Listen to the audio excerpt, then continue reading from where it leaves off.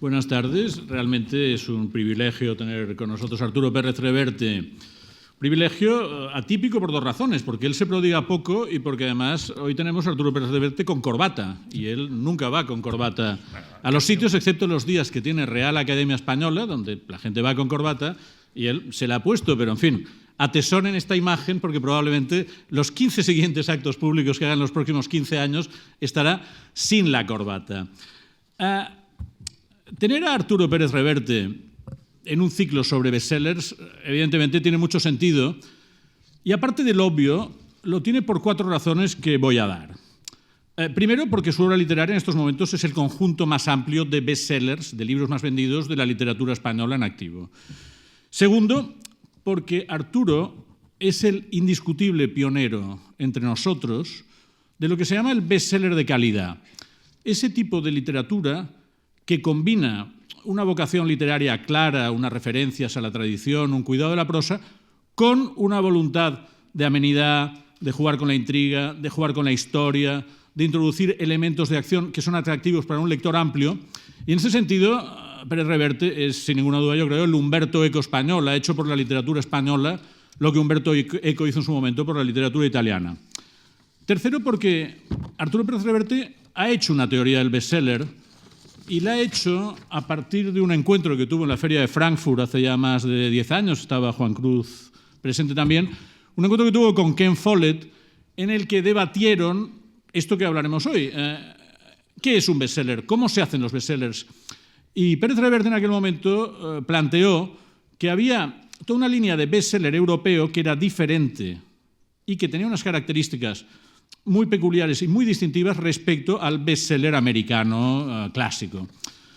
Por último, yo creo que cada generación necesita personas que cojan la herencia del pasado, que para muchos se ha vuelto pesada, obsoleta, un rollo, la han escuchado en el colegio, no les interesa, que cojan esa herencia y la vuelvan a explicar de una forma que sea atractiva.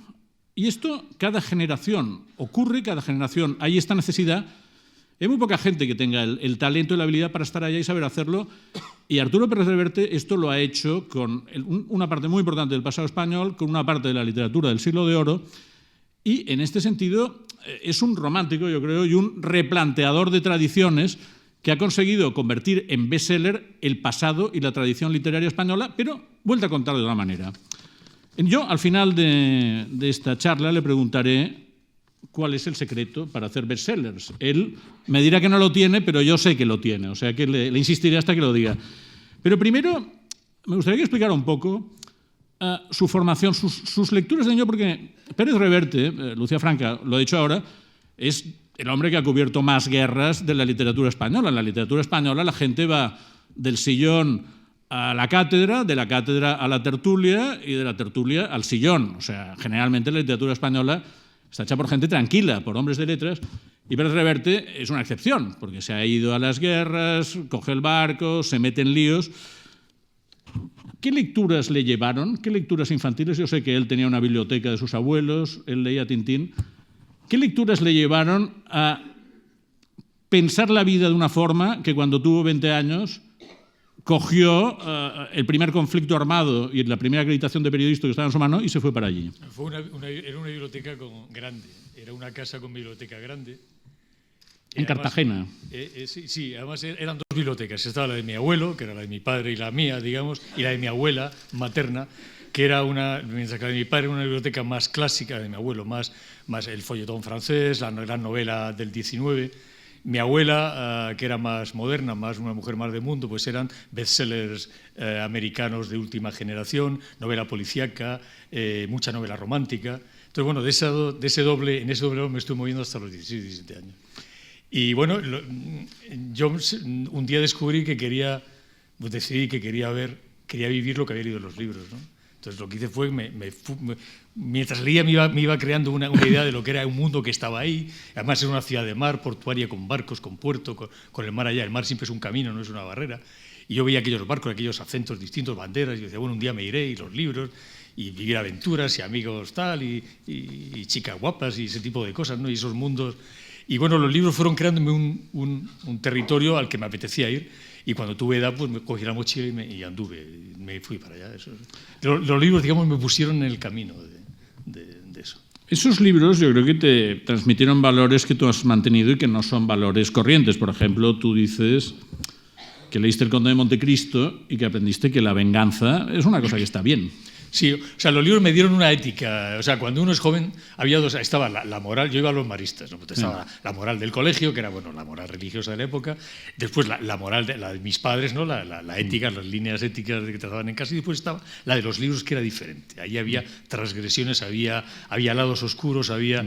Entonces, realmente, mi código real lo construí sobre los libros, ¿no? Entonces, bueno, pues palabras como lealtad, como honor, como camaradería, como aventura, como consecuencia, dignidad, venganza, vienen de ahí, ¿no? Y todavía ahora, cuando me comporto, cuando vivo, cuando escribo, cuando camino por la vida, cuando miro hacia alrededor, todavía las palabras que aprendí en los libros con 8, 9, 10, 12 años, las palabras del capitán Nemo, las palabras del capitán Ahab, las palabras de los hermanos Jest, o las palabras de D'Artagnan o de Athos, más de Athos que de D'Artagnan, las palabras de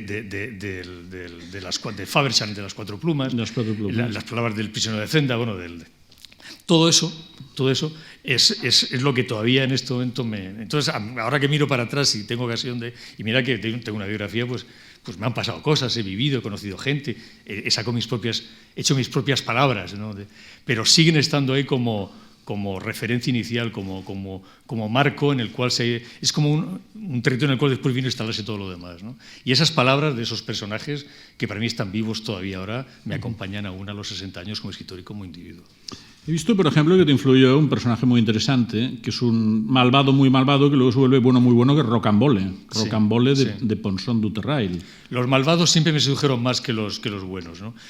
Por ejemplo, el prisionero de Zenda, recuerdo que me encantaba el Ruperto de Henso. Claro.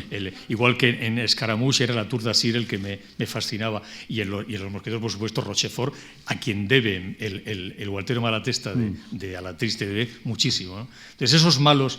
Pero claro, me di cuenta, como lector, que era contumaz, de que un malo tiene muchos más registros, ¿no? Y que el respeto de un malo, el respeto de un malvado, de un enemigo, es mucho mejor que el respeto de un amigo.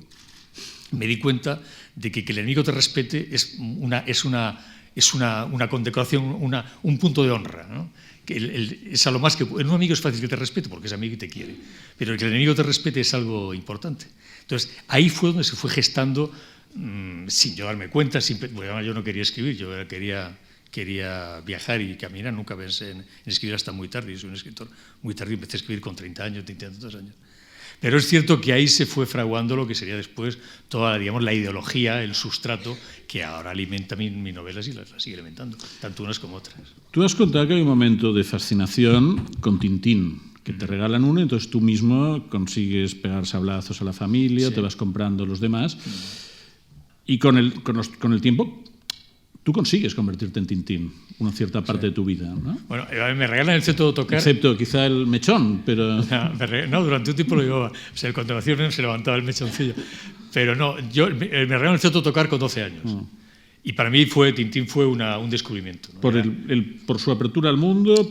No sabía decirte ahora. Lo que sé es cuando yo llegué por primera vez a los Balcanes, como reportero, dije, ya estoy en Sildavia. O sea, me dejó marcado. O sea, fue ver, no sé, había ahí tanto el dibujo, la línea clara, la claridad. Es que yo soy un escritor de línea clara también, o sea que no es accidental.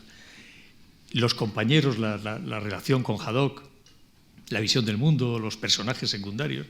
Y bueno, Tintín nutrió, digamos, mi imaginario con todas estas cosas. Pero hay una cosa curiosa con eso, que es que yo siempre me sentía Tintín, ¿no? Y un día, no hace demasiado tiempo de esto, un lector me mandó una carta, después de leer uno de mis artículos, esos en los cuales me levanto malhumorado y despotico contra todo. Pues, ¿se da usted cuenta, don Arturo, que se parece usted al capitán Haddock? Entonces me di cuenta de que había pasado al otro lado de la... De Tintín al capitán Haddock. Entonces me di cuenta, dije, es que ahora ya soy más Haddock que Tintín, ¿no? Y a envejecer supongo que es eso. Y cuando Hergé murió, escribiste en Pueblo una especie de diálogo imaginario con todos los personajes, ¿no? ¿Has llegado a ir a Moulinsart? No he ido nunca, no.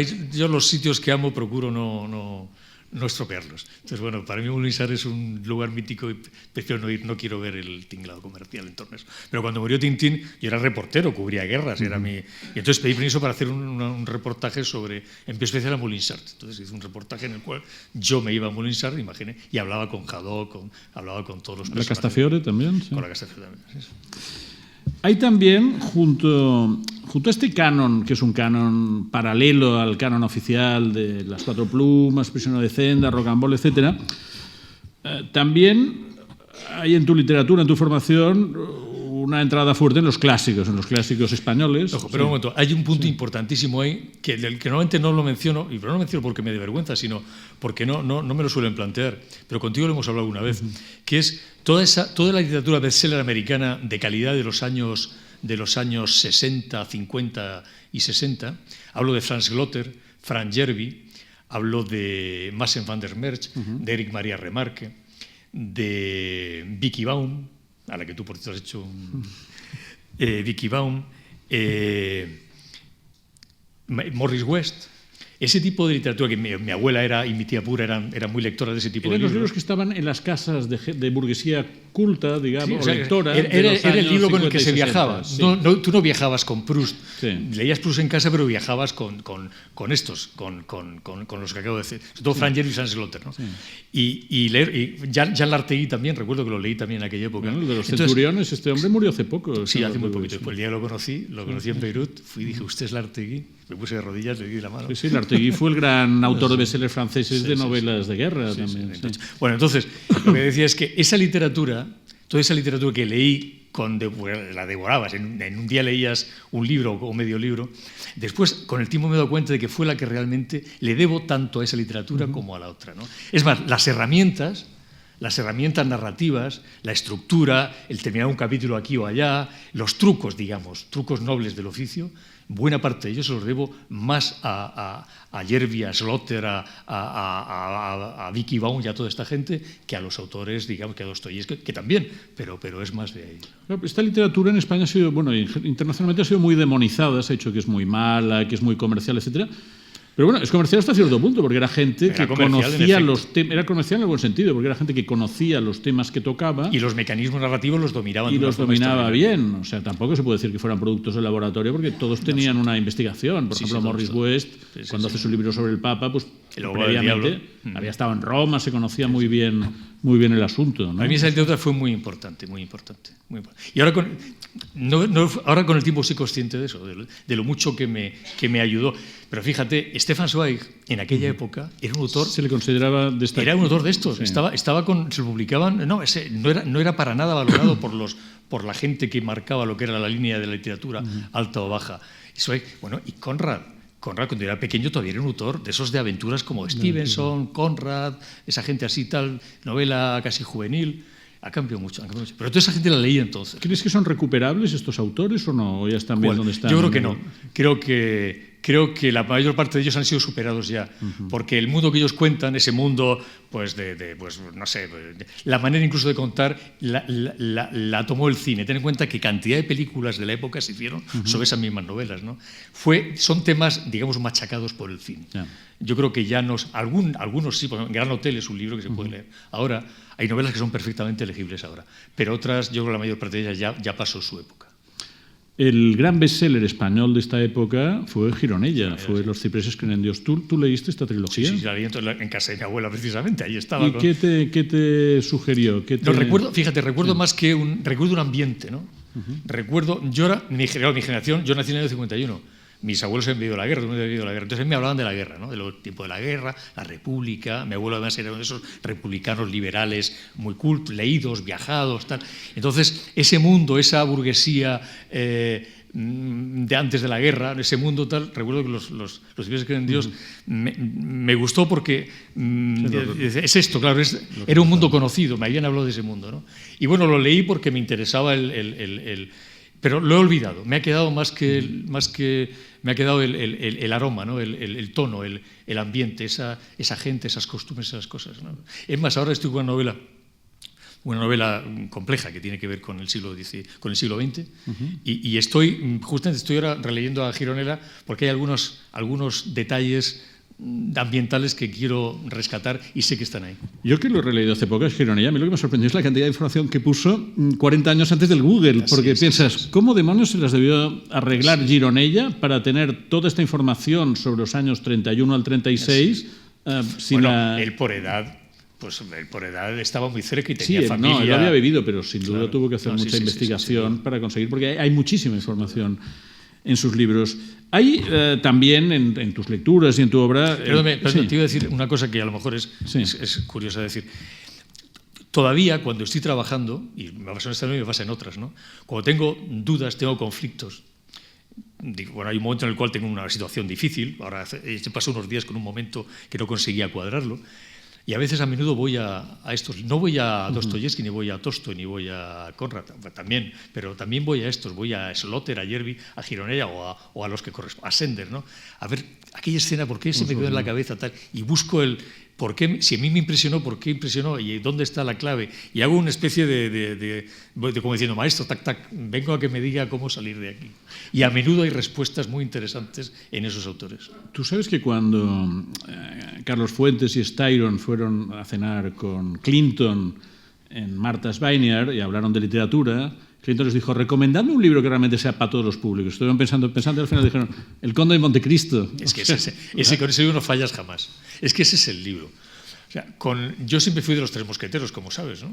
Pero con la edad me he dado cuenta de que el libro de verdad es El Conde de Montecristo. Es el libro perfecto, el libro que hace lectores. Además es que está todo, lo he dicho muchas veces. La venganza, la traición, la lealtad, el amor, el odio, la desesperación, la dignidad, el heroísmo, la consecuencia, la compasión. Todo está ahí, ¿no? Yo tenía un amigo que murió, que era un joven brillante, era profesor de Derecho Mercantil en la Universidad de Sevilla, y siempre empezaba el día, la primera clase empezaba con El Conde de Montecristo, cuando el barco llega, el faraón llega al puerto de Marsella. Sí, es un libro que vale para todo, Y es abarcable, porque el problema con la trilogía de los Tres Mosqueteros es que al final son 5.000 páginas. O sea, que necesitas un año de tu vida. Montecristo es la novela que cualquier escritor de buena casta habría querido escribir. Clásicos. Por un lado tienes ciertos clásicos griegos, por ejemplo, siempre hablas mucho de la Odisea, el mundo, el recorrido náutico, la cultura europea, y clásicos españoles. Y yo creo que es inevitable hablar de Galdós cuando, por ejemplo, los dos habéis escrito dos aproximaciones al mismo tema, que es Trafalgar. Bueno, Galdós y yo en mi pequeña parcela. Bueno, y porque lo que hace Galdós con la historia del siglo XIX, que es esta idea de vamos a reescribirla, es lo que tú estás haciendo un poco con la historia imperial, ¿no? Pero ya he terminado. ¿Ya has terminado qué? O sea, me quedan 2 alatristes, a lo mejor 3, pero de novelas históricas... Eso es lo que dicen todas, ¿no? Excepto que se me cruce una cosa así, de esas cosas que no puedes decir que no, creo que he terminado, ¿no? Porque tengo 60 años ya, tengo que ir ya eligiendo cuidadosamente lo que escribo y lo que no escribo, lo que va a morir y lo que va... pero a los 60 a Galdós le quedaban como 20 episodios nacionales todavía. Galdós era Galdós. Y yo creo que con novela histórica creo que he terminado. No, pero yo no he querido reescribir la historia española. Lo que es que había una serie de asuntos que me interesaban. Asuntos navales, asuntos de la guerra de independencia, que tienen que ver mucho con el carácter español, con la España que yo entiendo, que a lo mejor no es la real, pero es la que yo veo, ¿no? Y estos libros me ayudaban a mí también a entender esa España, a reconciliarme con ella. Yo detesto mucho este país, lo detesto mucho, ¿no? Creo que es un país muy vil y muy enfermo históricamente, ¿no? Pero al mismo tiempo sé que hay cosas maravillosas en él, ¿no? Entonces, esos libros me ayudaban en cierta forma a reconciliarme, a buscar esa parte dentro de lo que es el salvajismo y la vileza y el analfabetismo y el cainismo de esta tierra ingrata y tan desgraciada por tantas razones. Buscar aquello que me reconciliara, ¿no? Entonces, y a la triste, y el día de cólera, y el Cabo Trafalgar, son los que me han ayudado no me han quitado el dolor, ¿no? Pero no han quitado pero bueno, al menos compensan, ¿no? Compensan. Y esa es la razón. Y una vez ya he conseguido el objetivo, no creo que haga mucho más sobre, a lo mejor alguna vez no que haga mucha más novela histórica. O sea, Galdós para ti es alguien con quien te entiendes, o sea, lo relees. Ya no. Antes sí. Yo creo que todos los autores, salvo los que son clásicos universales indiscutibles, ¿no?, tienen su momento para el lector. O sea, yo ahora me leo, ¿qué te voy a decir? Me leo a Stevenson y me sabe a poco, ¿no? Mientras que en su momento yo leí a Stevenson con verdadera devoción, ¿no? Mientras que Conrad es un tipo al que leía con 18 años y lo leo ahora con 60 y cada vez me gusta más, ¿no? O sea, mejor, yo creo que por las noches se ensaya, porque cada vez los libros son mejores, ¿no?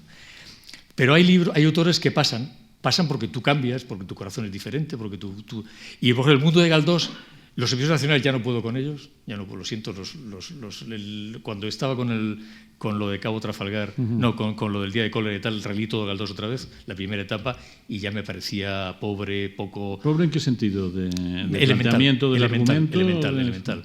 Plano, había cosas por supuesto brillantísimas, ¿no? Pero como conjunto, ¿no? Como ya me producía esa emoción, yo los leí con 18 años y para mí era en los tomos de Aguilar, de Piel que eran de mi abuela precisamente, y eso para mí fue un goce enorme, ¿no? Las novelas aguantan mejor, leí hace poco Misericordia otra vez, pero tampoco es... O sea, Galdós, digamos, es como Pío Baroja, ¿no? Ya me pasó el momento, ¿no? Ahora hay otros que me...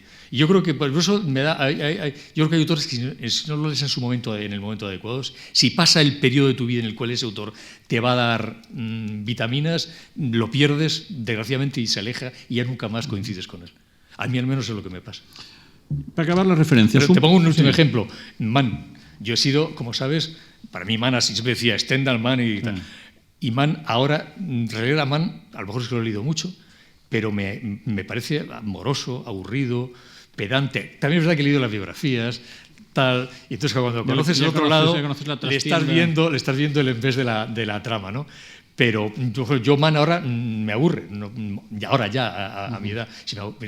Conrad, por ejemplo, Conrad es que el otro día leí otra vez El fin de la cuerda, ¿no? Y bueno, es que me parece el mejor autor del siglo XX, sin duda. Parece ser que cuando te vas a navegar solo llevas libros de náutica, narrativa náutica y sobre náutica, y no se lee otra cosa, ¿no? En tu barco. Sí. Pero que ya lo leí todos los que había. Ahora ya tengo que ir a otros, ¿no? Ya no.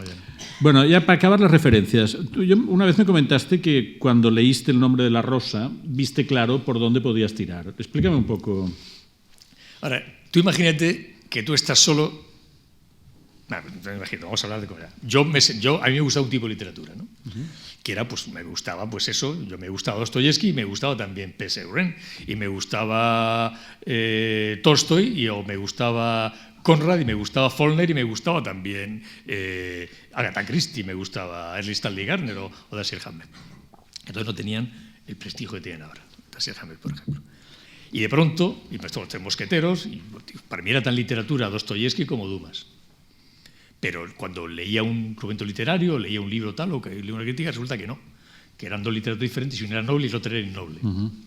Y entonces un día leo El nombre de la rosa y me doy cuenta que hay un tipo en Bolonia para el que tan importantes los mosqueteros como Dostoyevsky. Y digo, entonces yo tenía razón. Entonces, digamos que Eco me da... me reconcilia con un montón de cosas, me hace sentir, me quita los complejos, digamos, ¿no? Dije, esto no estoy solo, es que hay gente que... Bueno, yo tenía una mochila, yo estaba por ahí, ¿no? Yo no tenía vida literaria, yo no hacía vida en círculo. Tú lees este libro cuando tienes unos 30 años, más o menos. ¿Perdón? Que tú lees este libro cuando tenías unos 30 años. Porque pues lo leo cuando sale. Aparece en el 81. Lo leo el mismo año que sale. ¿Tú eres del 51? Sí, 30 años. Sí. Pues a los 30. Yo todavía no escribía. ¿No escribías? No. Y entonces ves eso y piensas, bueno, voy a intentar hacer una novela. No, yo no escribo por eso. Yo nunca quise ser escritor. Yo estaba demasiado ocupado. Siempre decimos, Javier Marías y yo somos muy amigos, siempre decimos que él quería escribir los libros que había leído y yo quería vivir los libros que había leído. Y es verdad, yo me fui a vivirlos y él se puso a escribirlos, ¿no? Y después nos hemos reunido en otras cosas, ¿no? Entonces yo estaba muy ocupado viviendo. Yo no tenía la menor intención. Dije, bueno, a lo mejor cuando sea viejo, tal, te contaré, no sé si llego. Yo estaba demasiado ocupado moviéndome, viajando. La vida de reportero no te permite, no te da la serenidad para poder estar dándole a la tecla.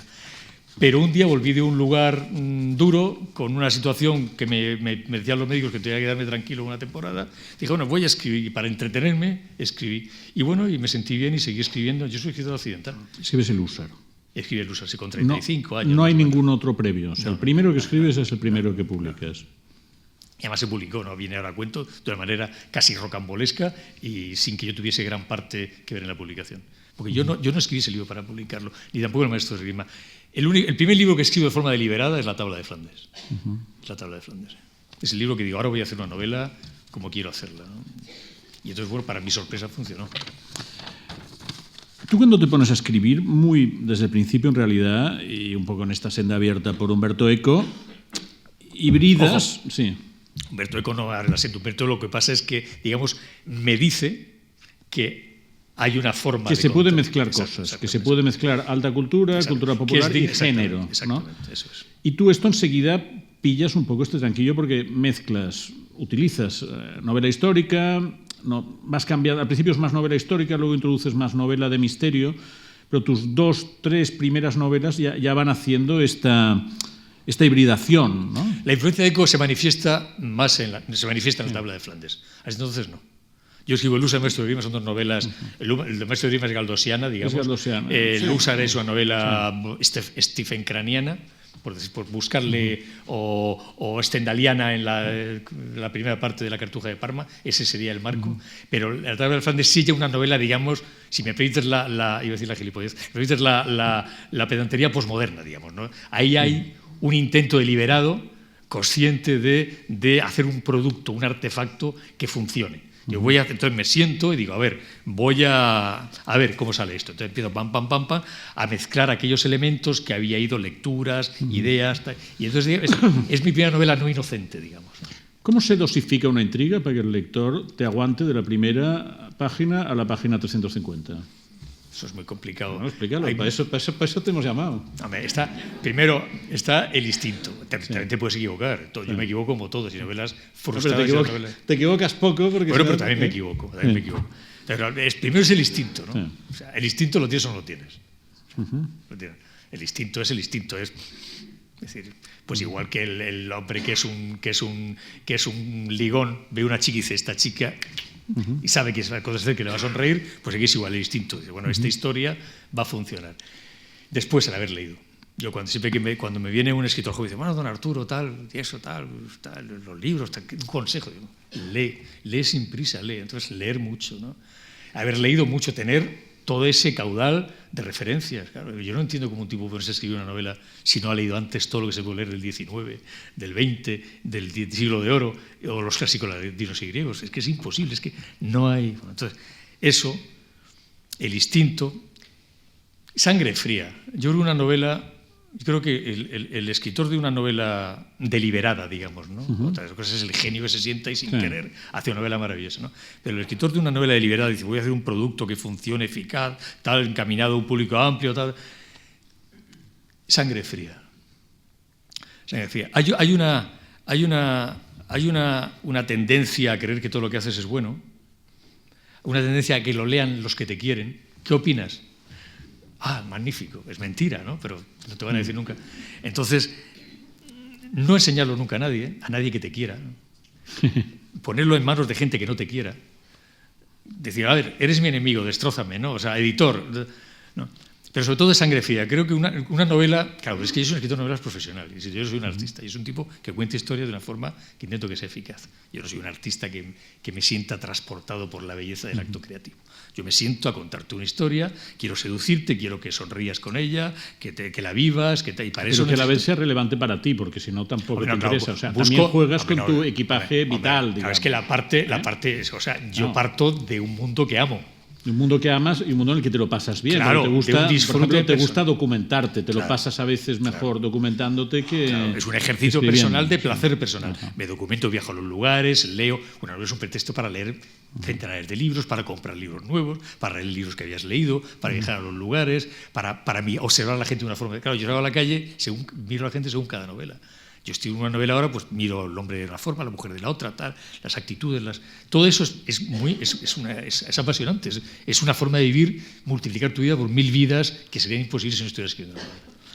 Entonces, con eso, después bueno, yo quiero que un lector que no tiene rostro, ni tiene sexo, ni tiene nacionalidad, porque igual va a ser israelí que japonés, que ruso, que español, que colombiano, vive esta historia conmigo, la comparta, la disfrute y pise mi territorio.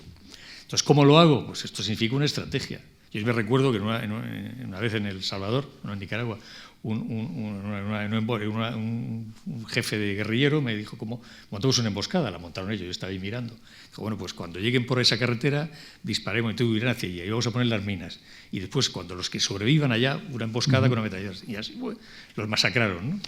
Y una novela es lo mismo. Es decir, van a venir por aquí, vamos a esperarlos acá, y es esa estrategia... ¿Y esto te haces unos esquemas gráficos, entra este, sale el otro? ¿Qué tipo de esquemas haces? ¿Son con...? Nunca son rígidos, nunca son estrictos, siempre hay un margen a la improvisación. ¿Son visuales o no? ¿Te los cuelgas en la pared? No, ya no. El día de cólera sí era muy compleja, había muchos personajes, ahí necesité un panel grande. Normalmente lo que hago son esquemas, es como el guión de una película, aquí me sube, aquí me baja, aquí tal, aquí necesitaré, aquí hay esta escena, aquí mucho diálogo, aquí necesito una descripción, y después trabajo cada bloque, ¿no?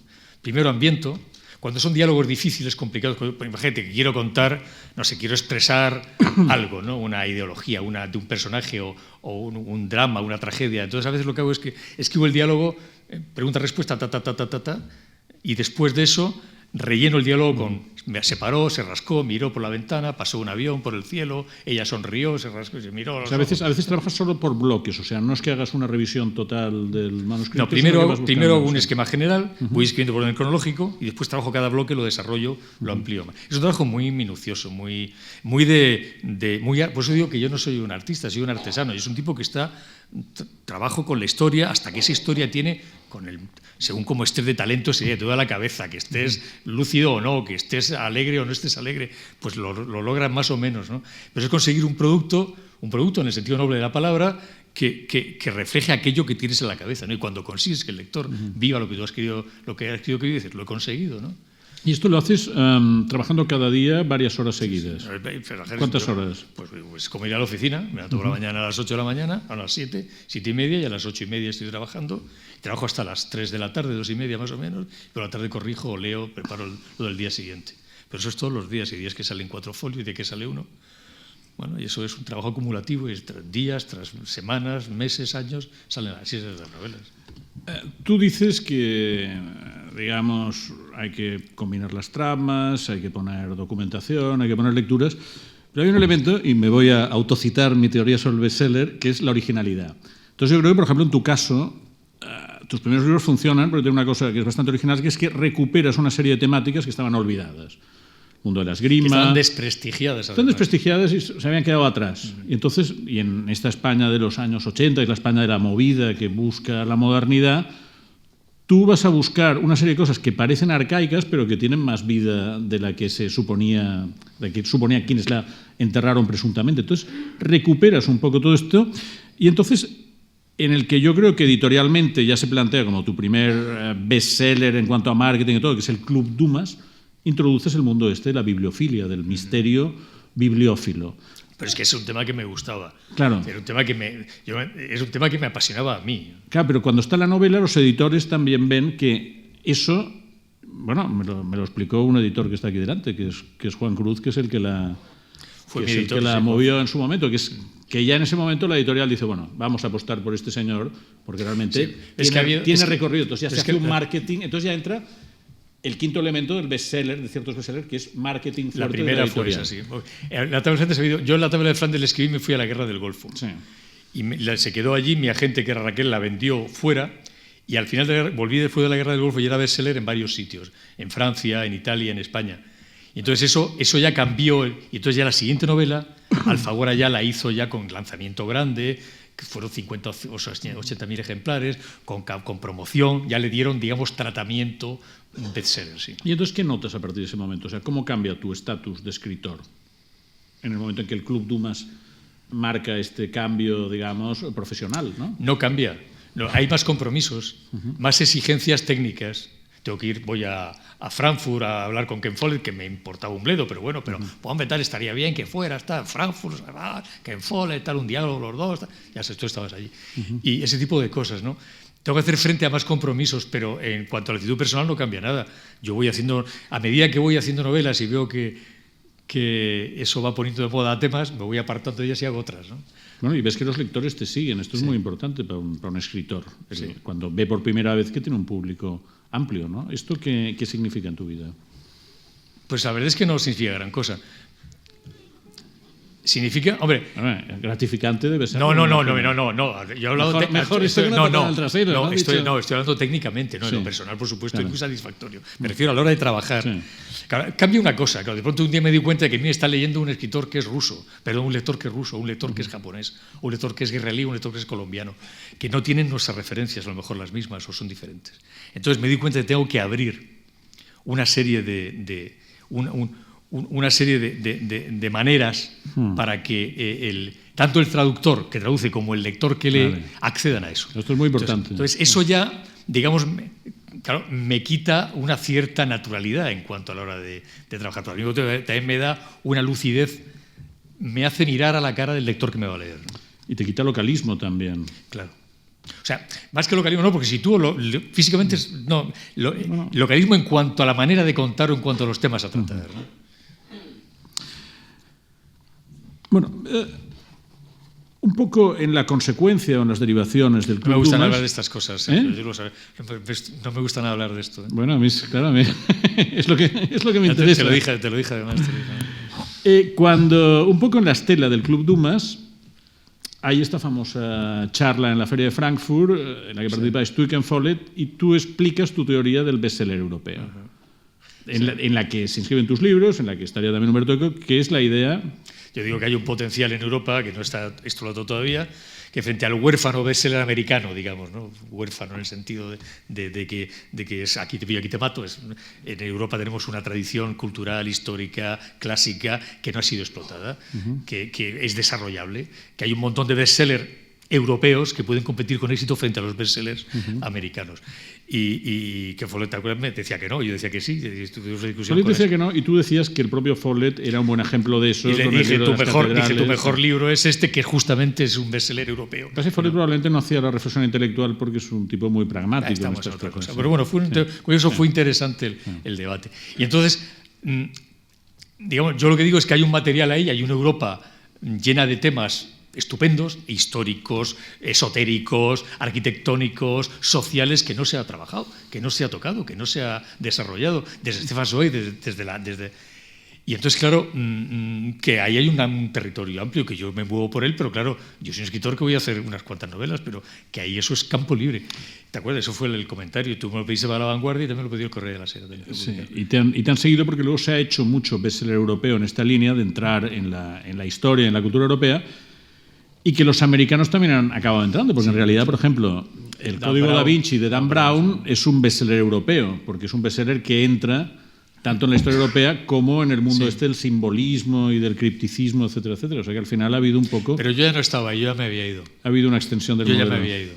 Bueno, pero te has ido del todo, porque... No, pero me fui a otras cosas, ¿no? A mí me gustaría que habláramos brevemente del héroe y la heroína revertiana. O sea, tus libros hay arquetipos, y por ejemplo, hay dos libros que creo que tienen mucho parentesco tuyos, que son La piel del tambor y El asedio. Las dos pasan en ciudades mediterráneas, y los dos hay con un fondo de intriga que es diferente. En La piel del tambor, que empieza con un hacker que entra en el Vaticano, hay una trama de asesinatos, en El asedio también lo hay. Sobre todo hay dos protagonistas que son tipos duros, pero que el lector en realidad piensa que no son malas personas. Lo que pasa es que como les revienta la cursilería, no quieren exteriorizar los sentimientos. Y las heroínas, los héroes son el padre Quart en La piel del tambor y Pepe Lobo en El asedio, y las heroínas, que son la aristócrata sevillana Macarena y la bella naviera Lolita Palma en El asedio, que son mujeres muy guapas, mujeres muy activas, muy potentes. Lolita no es tan guapa, ¿eh? Bueno, no está mal, incluso la pintas Lolita es convencional. La pintas cuando no se ducha, sino que tiene una especie de jarro de agua por encima de que... Tiene dinero. Bueno, son mujeres acaudaladas también, y en ambos casos la historia de amor se plantea, pero no funciona. Funciona un poco más en La piel de tambor, porque hay un poco más de, digamos, de consumación en El asedio, ¿no? ¿Cómo es el héroe revertiano? Bueno, es que hay muchos héroes revertianos, vamos a ver. Sí, pero yo creo que este quizás sería el más quintasencial, que en La carta esférica también... Es complejo. El héroe revertiano, digamos, no la triste, dejemos de momento la triste aparte, el héroe revertiano. Que yo creo que es un soldado en territorio enemigo. Mi héroe siempre, hombre o mujer, es un soldado en territorio enemigo. Eso viene de la Anábasis, viene de la Eneida, viene de los clásicos aquellos, ¿no? Viene de Troya, viene de... El héroe es un tipo que es un hombre o mujer que está en territorio enemigo y que se está moviendo para sobrevivir, ¿no? Y entonces, virtudes, la virtud es la supervivencia.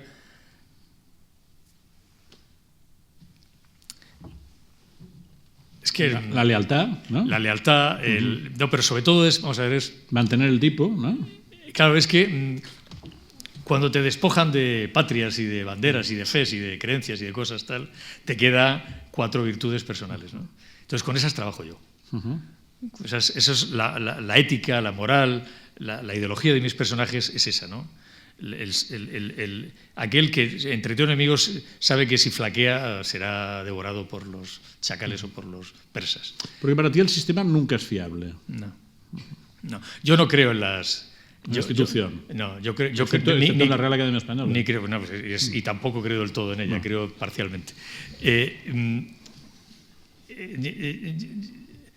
Yo creo que el héroe de verdad es solitario, ¿no? Yo la barricada, el mecherito, lo he visto, que no me lo han contado. He estado en barricadas con gente que creía en esas cosas. Venga, compañeros, tal, eso, tal. Y no hablo de aquí, hablo de barricadas de verdad, donde tiraban y la gente la mataban y degollaban y aparecía por las mañanas maniatada con alambre en vertederos en El Salvador. En tal. Y yo eso de las causas generales no las Yo siempre creo que al final lo que queda es que todos estamos solos, ¿no? Y entonces que el ser humano se salva y que cualquier causa puesta en común termina siendo envilecida y corrompida por los mismos, ¿no?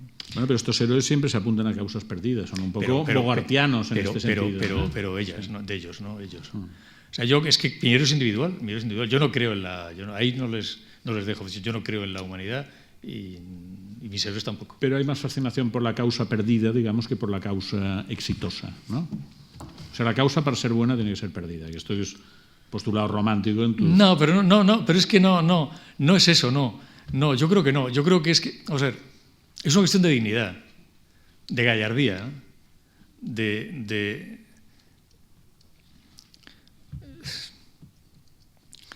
es el capitán Nemo y es Athos, no D'Artagnan, es Athos, ¿no? Y es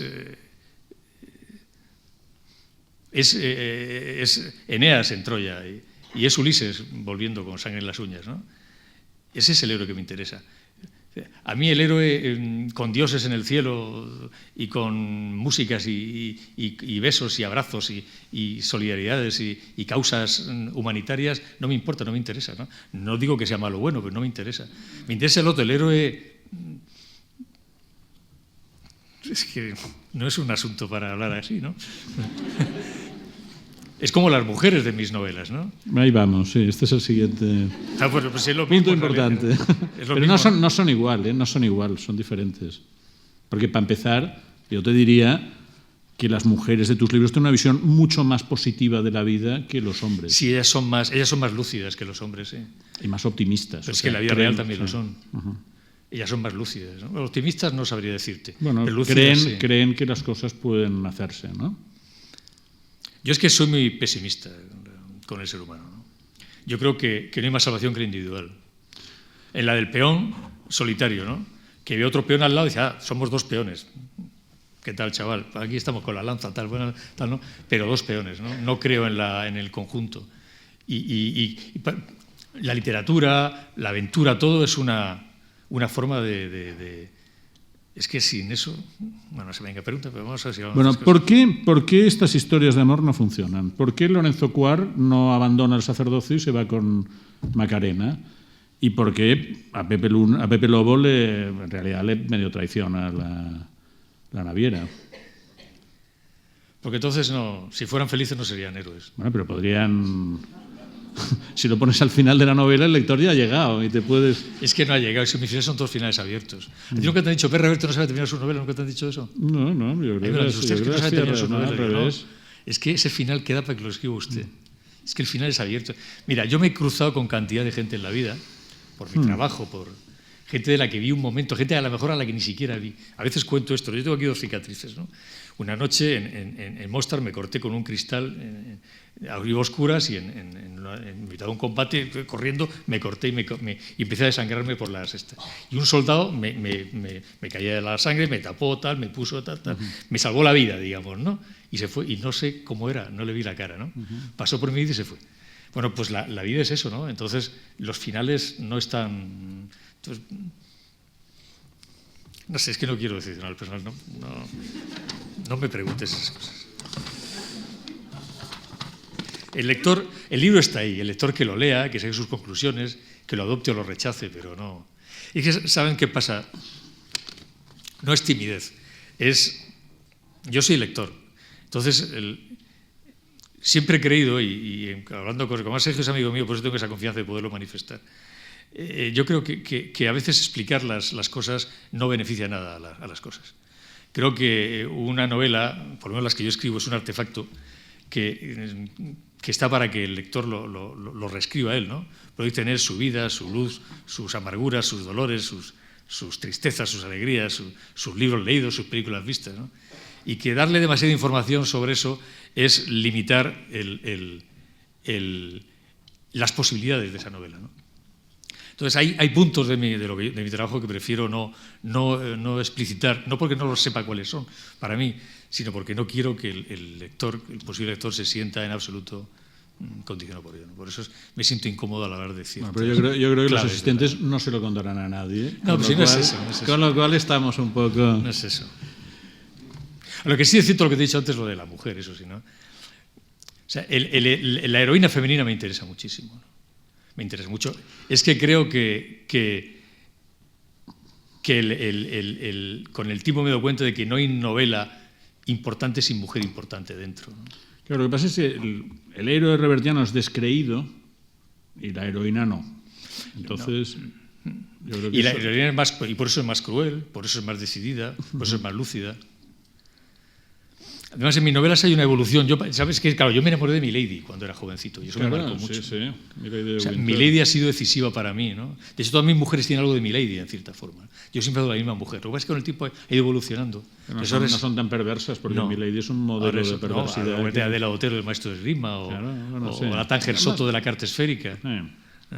Pero ahora es distinto, Ahora justamente estoy con una novela, ahora me pillas es una novela nueva que se publicará no sé, este año o el que viene, que transcurre en el siglo XX, y es una historia de amor en 3 fases, a los 20, a los 30 y tantos y a los 60, ¿no? Y estoy muy sensibilizado con esa materia, ¿no? Entonces, y ella es superior, ¿no? Ella es superior. Esta novela tuya nueva tendrá amor, pero tendrá intriga también. Sí, tiene intriga. ¿Y cuál será la intriga? No, tiene varias intrigas. Una trama... dime alguna. Hay trama policíaca, de espionaje, de todo. Hay un montón de tramas. No es esa novela es gorda, con muchas...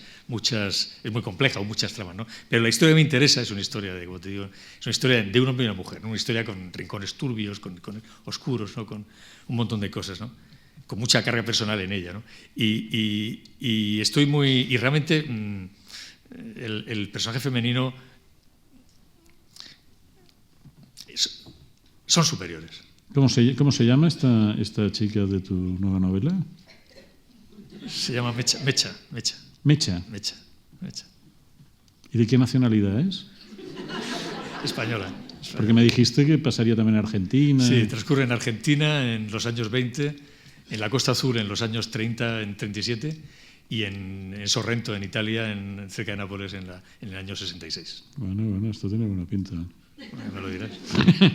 Bueno, tú haces esta primera entrada como escritor, ya te pones en un plan exitoso con el Club Dumas, empiezas a expandirte y en un determinado momento aparece a la triste, que aún te da otra dimensión, que es la creación de un personaje arquetípico, que eso, en fin, no para hacerte la lisonja, pero realmente esto pasa poco, porque personajes de estos que se quedan en la imaginación popular, hay pocos. Están Sherlock Holmes, está Poirot, está D'Artagnan, hay pocos en todas las literaturas, y realmente el escritor que se inventa un personaje de estos que queda ahí y que son más reales que la realidad misma. Pero claro, Sherlock Holmes es muchísimo más real que cualquier inglés que conozcamos, ¿no? Bueno, a la triste ya le está empezando a pasar un poco. Esto es un privilegio, yo creo, y es una cosa que a pocos escritores les ocurre. ¿Por qué te pasa por la cabeza poner un personaje de capa y espada en la España de los años 90? Pues porque no había ninguno. Porque nadie hablaba de eso. Porque allí había un potencial, por muchas razones, personales, familiares, mi hija, que entonces empezaba a leer, pero sobre todo porque me daba una posibilidad de hablar de un héroe determinado que me interesa mucho contar, ¿no? Ese héroe cansado, ¿no? Sin fe, y además un héroe políticamente incorrecto, un tipo que ha torturado, que ha marcado la cara de una mujer. O sea, me permitía meterme en territorios muy escabrosos este personaje. Era un siglo muy cruel, muy duro. Era al mismo tiempo recuperar la historia. Había un montón de razones, ¿no? Pero sobre todo porque me creí que un héroe políticamente incorrecto en la España tan correcta en la que estamos viviendo ahora era interesante. Era recordar a la gente que no siempre fue así, que no siempre salvamos a las focas y los niños iban al colegio de la tal y no siempre la palabra acoso escolar, en fin, no siempre éramos como ahora blanditos y no, sabes que éramos de otra manera, ¿no? Para lo bueno y para lo malo, para mucho malo, pero también para algunas cosas buenas, ¿no? Entonces, bueno, recordar que hubo un tiempo en el que los seres humanos se mataban por una palabra, mala palabra, o que iban a la guerra no por patriotismo, ni por humanidad, ni por salvar a los afganos, sino que iban a la guerra para hacerse ricos, saquear o morir en el intento, ¿no? Y que violar a una mujer en una guerra era una práctica habitual que a nadie sorprendía, o que degollar a un prisionero era algo tan cotidiano como ahora lo es en África. Recordar, o sea, sacudir un poco y decir, no, es que vivimos en un mundo falso, es que esto no es lo real, no es esto, lo real es aquello. Y todavía si te vas a África, te vas a lugares, a rincones peligrosos del mundo, que todavía ahora están, la vida sigue sin valer nada, ¿no? Entonces, bueno, era un desafío y había un montón. Me recuerdo que hablando con Juan Cruz le dije esto, ¿no? Y dije, a lo mejor no venden ningún libro. Ahí está Juan Cruz que puede no me desmentirá. Dije, a lo mejor no se vende ninguno, pero ya venderemos el siguiente, no te preocupes, ¿no? Pero mi pregunta es, ¿por qué hiciste esto y por qué lo hiciste serial? Porque tú no habías hecho series. En cambio, no. Aquí ya desde el principio lo planteas como una cosa que tendrá continuación. O sea, tú decides crear un personaje que tendrá continuidad. Sí. ¿Por qué decides Porque esto? Porque daba mucho de sí. Entonces empecé una novela larga y dije, voy a hacer... sabía que el tema daba de sí. La historia de España en esa época es muy rica, muy variada, había mucha materia para meter. Además, yo quería también contar un poco no, quería contar lo que era la España, la economía, la monarquía, el clero, la corrupción, América, el Mediterráneo, Flandes, y eso requería un plan. Entonces hice un plan general y voy, digamos, cubriendo etapas de ese plan general. Porque no había nada de novela histórica buena sobre el siglo de oro. Desde española. Desde Hernández alguna hay una novela buena. Hombre, eso significa decir que yo diga que la mía es buena. Claro. Y yo no puedo decir eso. No, claro, te lo aceptamos. Bueno, pues no puedo decirlo. Tienes que decirlo tú, que es tu obligación. Es buena. Lo has hecho muy bien.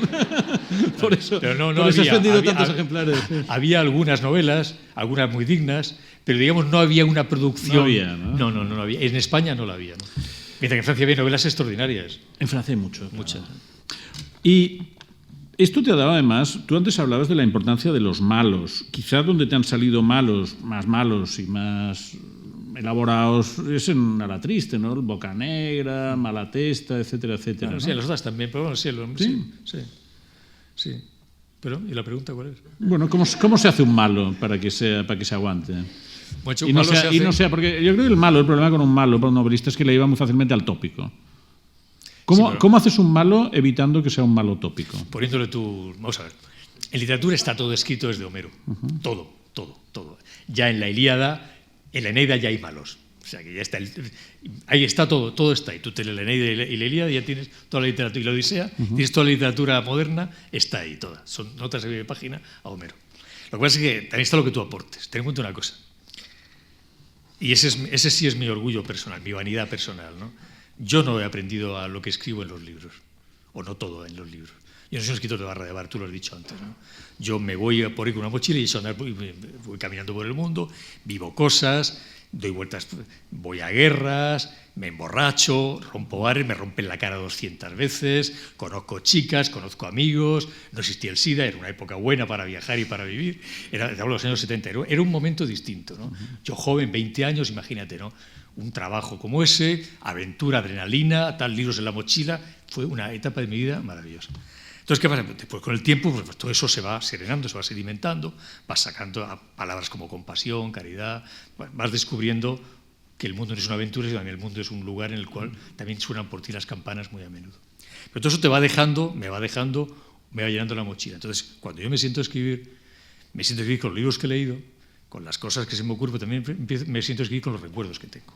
Entonces, cuando yo hablo de un malo, cuando yo me pongo a contar cómo es Ruperto de Gensó, sí, o sea, imagínate que yo plagio a Ruperto de Gensó, pero no puedo evitar meterle dentro el malo que yo me he traído de mi vida, incluso yo mismo cuando he sido malo.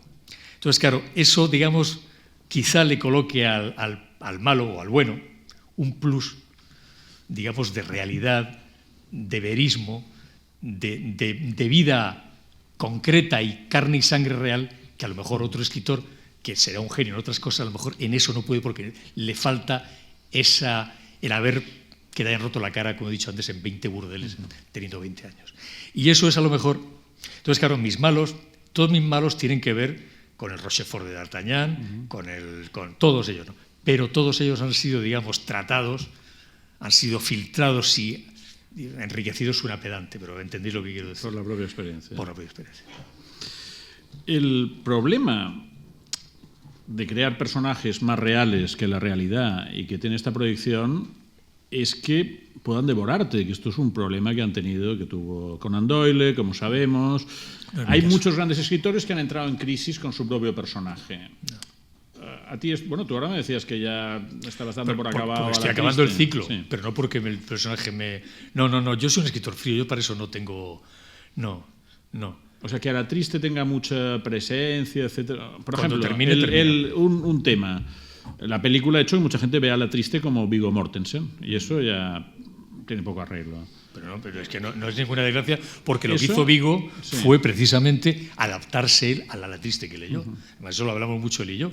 Entonces, él, lo que siempre le agradecía a Viggo fue no que él quisiera hacer una triste nuevo, sino que lo que hizo él fue físicamente adoptó el físico del a la triste del libro, ¿no? O sea, que ya te está bien que la gente vea a la triste. Es que es perfecto, o sea, es que hay una conexión directa. Querían que fuera con barba, yo dije que no, que era bigote, él estuvo de acuerdo. Entonces, digamos que él se adaptó de una forma muy generosa y muy brillante a lo que es el personaje de los libros. Entonces, claro, es mía la triste, es que yo lo veo y reconozco, no hay diferencia. Hombre, él es más guapo que el mío. El mío no era tan guapo, ¿no? Y cuando hagan la serie de la televisión, que un día tendrán que hacer, están porque con ellos, hay pero muchos no sé nuevos si capítulos. Están con ellos. ¿Qué harán? ¿Llamar otra vez a Viggo o buscar a otro? No. Pero es que eso ya sigue un terreno. La televisión es la televisión, para un público es distinto, ¿no? O sea, hay que ser generoso, hay que dar un margen, es como la Reina del Sur, ¿no? El público de televisión es un público diferente, no es un público lector. Es un público que a menudo no lee nada, y cuando es una telenovela, pues un público americano, a lo mejor para Doña María, que está planchando en Tamaulipas o en Iquitos, y en su día leyó un libro, ¿no? Entonces, es normal que una adaptación televisiva descienda a un terreno diferente, vulgarice, haga más prosaico todo aquello que uno intenta que sea más elegante o más digno en el texto. Pero bueno, son las reglas y yo lo acepto. Cuando yo acepto que se haga una serie, asumo que va a haber una no tradición en el libro, es que es una cosa basada en el libro, ¿no? Y es lo que pasará, supongo, en la triste. Si hay una serie de televisión, será una La Triste que espero que tenga las condiciones mínimas exigibles, pero es evidente que será una Triste mucho más para un gusto popular que para el mío personal. Bueno, pero la película está un poco a caballo entre Está otras a caballo, cosas. Tú, de todas las derivaciones que ha habido de tu literatura hacia la tele y hacia el cine, ¿cuál es la que más te ha gustado? Quizá El Maestro de Esgrima, que paradójicamente fue la primera. Que era de Pedro Lea, ¿no? Sí, pero me parece una brillantísima adaptación. Bueno, y otra, la que hizo Polanski estaba bien, menos el final, que no me gustó. Después ha habido momentos irregulares, ¿no? Pero como película que me dejara contento de verdad, que todavía la veo ahora y diga, con todos los defectos que pueda tener, ¿no? Porque nada es perfecto, pero que la vea y diga tal, y no la veo mucho, pero El Maestro de Esgrima sí es una película que tengo un magnífico recuerdo de ella. Quizás es la única que me dejó realmente satisfecho, la única de todas. Te voy a hacer una pregunta que no tiene contestación posible y a la que ya has aludido, pero a la triste al final lo que te deja, como leyendo tus artículos, es un cierto regusto amargo de una visión pesimista de la historia de España. La mía. Pero que en un momento, y supongo que me dirás que no es como lo explico yo, pero en un momento que España ha pasado de una dictadura a una democracia, que en general, bueno, es que eso no tiene nada que ver. Que parece que España es que el error es pensar que hace 40 años. Es que eso no tiene nada que ver. Claro que esto mejor. Coincida con que tú estás proyectando una visión pesimista de la historia de España, es paradójico, pero ¿no? No, si es que estamos mejor, naturalmente, pero es que yo hablo de otra cosa. Yo no hablo de... Claro, ¿cómo no vamos a estar mejor? Evidentemente que estamos mucho mejor. Pero es que yo estoy hablando de otra cosa. Estoy hablando de lo que nos hace, lo que tenemos dentro, lo que hace que el español se dé de garrotazos con otro en el cuadro de Goya. Claro, pero o sea, la historia de España, eso de España es el cuadro de Goya, los tíos enterrados hasta la rodilla dándose garrotazos, ¿te acuerdas, no? Duelo a garrotazos. Ese es el español, ¿no? Y eso no tiene que ver ni con Franco, ni con los Reyes Católicos, ni con Zapatero, ni con Aznar, ni con nadie, ni con Rajoy. Bueno, vamos a ir recapitulando y volviendo al tema de los bestsellers, a la parte más obvia. Y te voy a hacer 3 o 4 preguntas muy de catón. Además hay que ir terminando eso. Sí. Y la primera es, ¿por qué se leen tus libros? ¿Por qué se lee qué, perdón? ¿Por qué se leen tus libros? O sea, ¿por qué tus libros son bestsellers? Pues yo qué sé, pregúntale a ellos que están aquí. Pues porque cuento historias y las cuento lo mejor que puedo. Y porque no pretendo cambiar la literatura en cada página. Porque para mí tan importantes Dumas como Dostoyevsky, como te he dicho, o Conrad como Paul Féval. Porque intento dar alternativas a la vida, es decir, venga usted conmigo y acompáñeme durante 300 páginas o 500. Y le voy a enseñar algo que usted no conoce. Y va a haber cosas que no sabe o cosas que no ha visto a lo mejor, y va a vivir, y va a hacer abordajes, y va a amar a mujeres o a hombres, y va a sentir la soledad del fracaso y no sé, y va a sentirse héroe cansado, yo qué sé, ¿no? Yo le ofrezco a usted un mundo que es fácil, basta ser así, ¿no? Juegue conmigo o no juegue, ¿no? Y además usted proyecte en él su vida si quiere. Es mi actitud como escritor es esa. Y bueno, llevo publicadas no sé cuántas novelas, 16 novelas creo, y 15 o 16. En total tienes 25 libros, he visto. No sé cuántas, realmente no lo sé. Pero bueno, y si ahí están y se siguen vendiendo, pues se siguen leyendo, será porque ahí ese territorio es fácil de transitar, supongo, ¿no? Tú dices que cuando empieza a rondarte la idea de una novela viajas a los escenarios, procuras que la trama esté bien engarzada, que tenga interés, y por último está el placer de escribir. Y yo no soy de los que sufren ante la página en blanco. No, al contrario, si sufriera no lo haría. O sea, yo no me pongo a escribir. Yo cada mañana levantarme para sufrir. No. A las 8 de la mañana, y ahora a sufrir. Tal, a ver, la página en blanco, tal, a ver si baja la musa. Yo me lo paso muy bien. Pero pues mira, ahora he estado en Italia, he estado comprando la novela nueva, la parte italiana, pues he estado comprando libros, yendo a los lugares, comiendo, oliendo, viviendo, tal. Vuelvo aquí con todos mis libros, mis notas, mis papeles, mis películas, pam, pam, pam. Es una felicidad personal. Yo soy felicísimo escribiendo. Sobre todo además porque después de la vida que llevé, eso me enseñó a valorar cosas que a lo mejor no hubiera valorado con otro tipo de vida. Y poder multiplicar la vida, ¿no? Poder sentirme yo cura, poder sentirme mujer millonaria en Cádiz, poder sentirme corsario, y además que haya gente que me acompañe en ese... Es una sensación de felicidad absoluta, ¿no? Y yo me acuesto por las noches, me acuesto de noche, yo... Cuando al día siguiente voy a trabajar en la novela, me acuesto como el niño que espera a los reyes al día siguiente. Me acuesto pensando en ella, le va a decir y tal, y es la escena, tal, cómo resuelvo ese problema. Tengo la luz, hay una luz que debe empezar por la mañana, el mar, una luz, la franja oscuro abajo, oscuro arriba, y la franja violeta amanece. Entonces en esa luz se recorta ella, y ella se vuelve y dice... Eres un estúpido, tal, ¿no? Ese tipo de cosas, ¿no? Y me acuesto deseando que llegue el momento. Después a lo mejor voy a escribir y no consigo, y estás ahí y no consigues, y venga a dar a la tecla y no consigo lo que he visto por la noche, lo que tengo en la cabeza. Y digo, soy un pésimo escritor, soy un mediocre, soy un gilipollas, te voy a cambiar de oficio, pero de pronto me levanto, tomo un café, me doy una vuelta, otra vez sigo trabajando, y de pronto hay un momento en que haces así.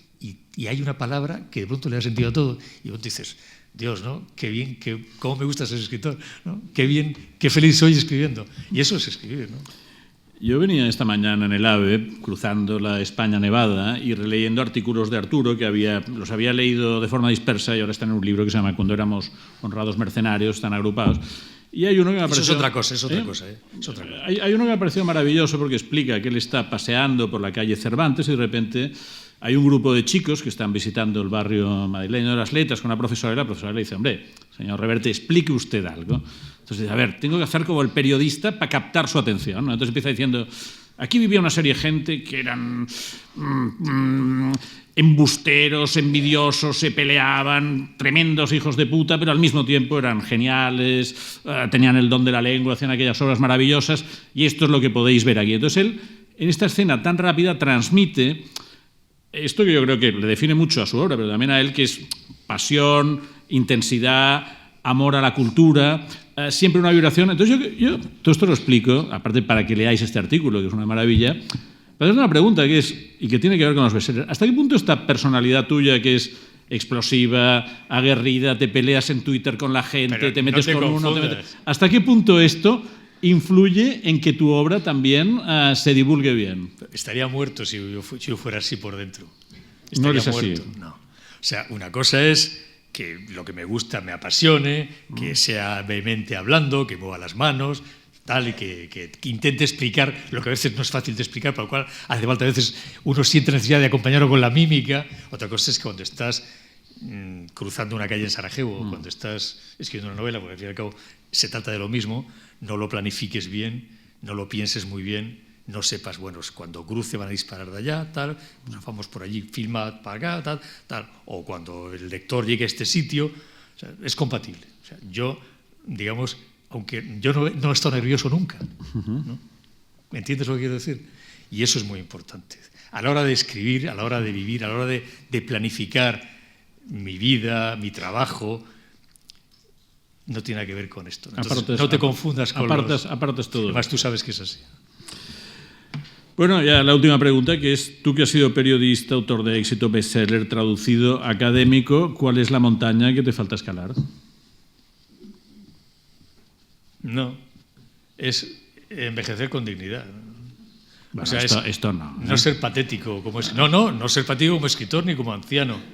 O sea, es decir, yo lo he hecho todo, yo soy he hecho todo lo que quería hacer en la vida, lo he hecho todo, ¿no? Sobradamente, ¿no? Y lo repito, además lo he repetido, ¿no? Tengo un velero, navego, que es mi otra vida, ¿eh? Tengo una biblioteca grande en la cual me muevo, me puedo cerrar las ventanas y atrincherarme, y escribo libros que la gente lee, y tengo la vida resuelta económicamente y personalmente, ¿no? Con lo cual, entonces, ¿qué pasa? Pues ¿qué me quedan? Lo que me quede, lo que no me gustaría es al final, con 18 años, hacer una bruta figura, ¿no?